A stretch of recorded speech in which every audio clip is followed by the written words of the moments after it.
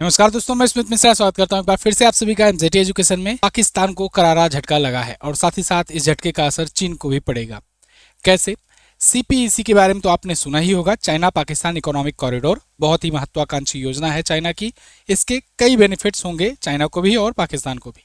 लेकिन अभी एक न्यूज ये आ रही है कि सीपीईसी के तहत एक कंपनी काम कर रही थी, उस कंपनी ने अपना बोरिया बिस्तर बांध लिया है।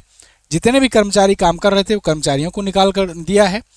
जितने भी सैलरी वगैरह और बिल वगैरह, बिजली का बिल, ये सब वगैरह जो बाकी था वो सब पेमेंट करके कंपनी अपना समेट करके चली गई है। कंपनी ने कहा है कि थैंक यू, अब हम यहाँ पर काम नहीं कर पाएंगे। कारण क्या है, आज की वीडियो में पूरा डिटेल में जानेंगे। सीपीईसी प्रोजेक्ट इसके चलते रुक गया है और मतलब अब यही लग रहा है कि सीपीईसी प्रोजेक्ट जो है ये कैंसिल ही हो जाएगा। सीपीईसी से भारत को नुकसान हो रहा था। कौन सा नुकसान होता अगर बन जाता तो ये भी आज की वीडियो में हम लोग जानेंगे। आप ये आर्टिकल देख पाओगे, इकोनॉमिक टाइम्स का आज का ही है, 3 मई का।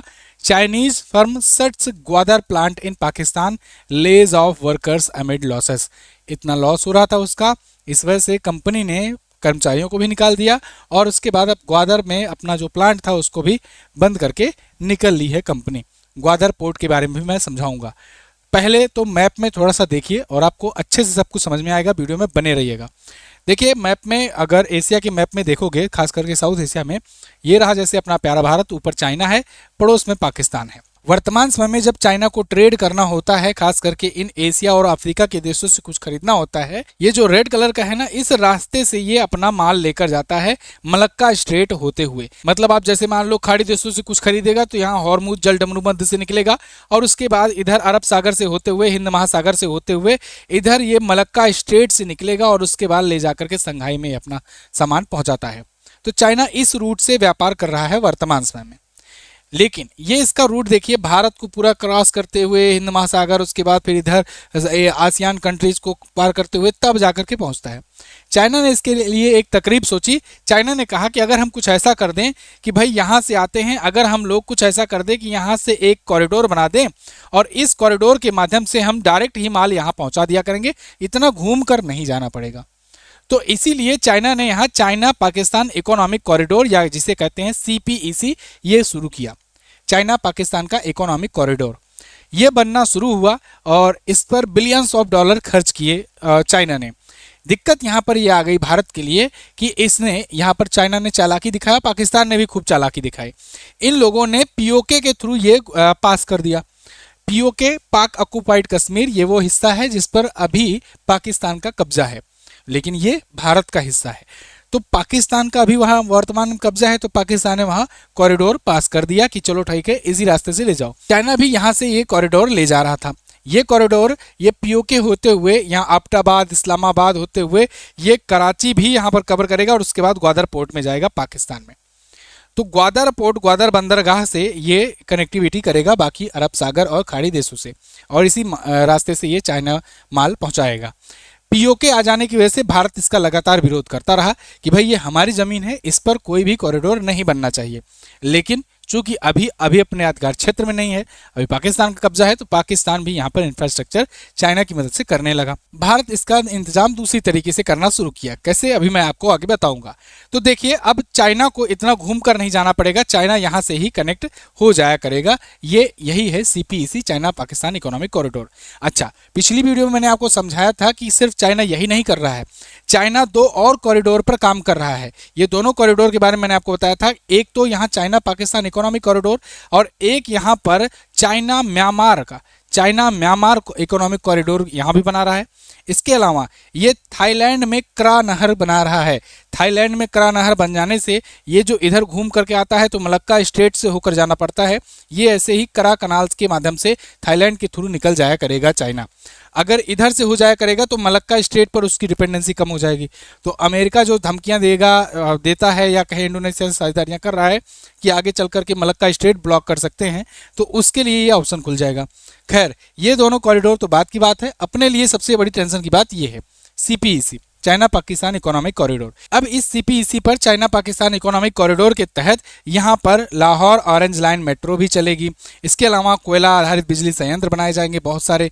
इसके अलावा अगर वहाँ से कॉरिडोर गुजरेगा तो फिर आसपास भी बस्तियाँ डेवलप होंगी, आसपास भी इंफ्रास्ट्रक्चर बिल्ड होंगे, ग्वादर बंदरगाह का विकास किया जाएगा और भी मतलब बहुत सारे ऐसे जगह जगह पर पावर प्लांट, फैक्ट्रियाँ ये सब बनेंगी।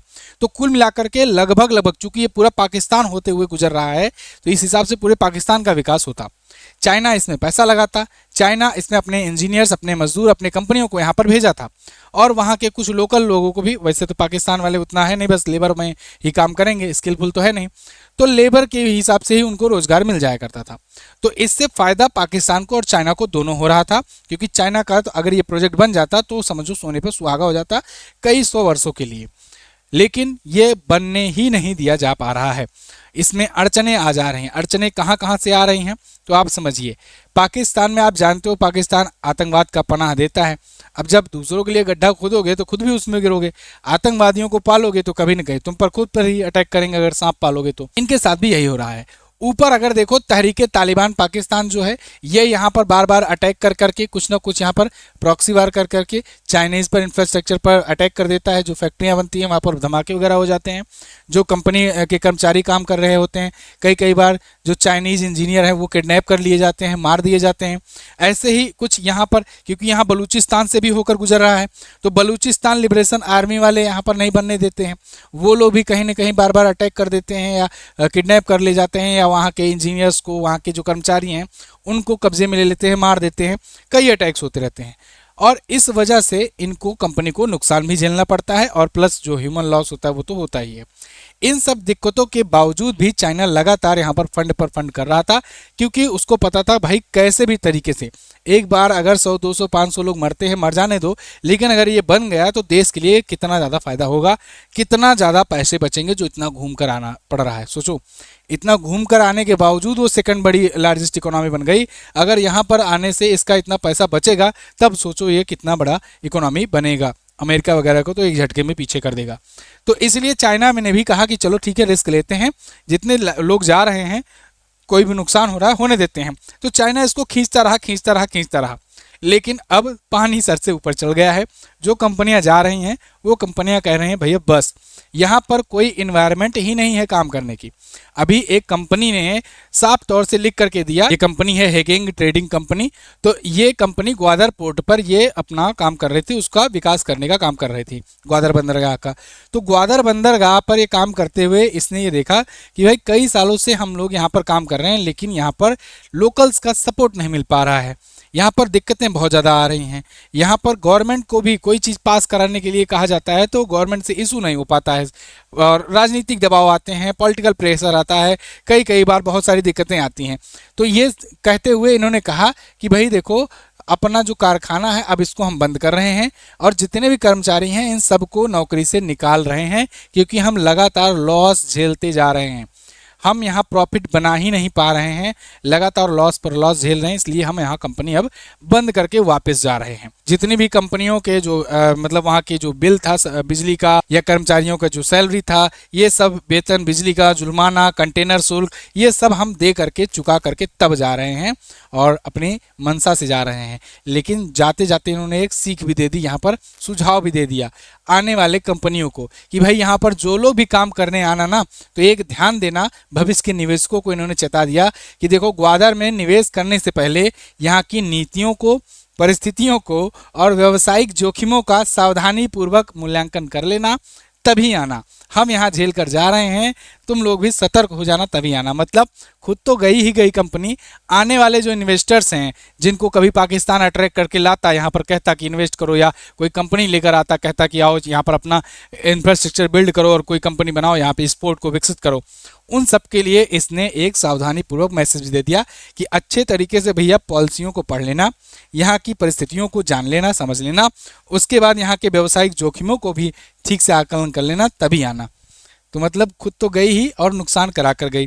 और सबसे बड़ी बात, ये ऐसे समय पर बंद करके गई है जिस टाइम पर वहाँ के प्रधानमंत्री शहबाज शरीफ चाइना जाने वाले हैं और बस इसीलिए जाने वाले हैं कि ग्वादर बंदरगाह और इनके पाकिस्तान में और इन्वेस्टमेंट को ये अट्रैक्ट कर सके। देखिए, प्रधानमंत्री शहबाज शरीफ के इस महीने के आखिरी में चीन की संभावित दौरा है और वहां पर ये business to business investment forum में हिस्सा लेंगे, जिसमें ये इन्वेस्टमेंट पाकिस्तान में अट्रैक्ट करने की कोशिश करेंगे। लेकिन जब ऐसे समय में जो कोई कंपनी शट डाउन होकर के यहाँ जा रही है और चेता करके जा रही है आने वाले भविष्य के इन्वेस्टर्स को कि यहाँ आने से पहले अच्छे से जांच परख लेना भैया, तभी आना, हम झेल कर जा रहे हैं, यहाँ बहुत कोशिश किए, कोई फायदा नहीं निकल रहा है, तो ऐसे में पाकिस्तान को इन्वेस्टमेंट मिलेगा कि नहीं मिलेगा, यह भी एक बड़ा सवाल है।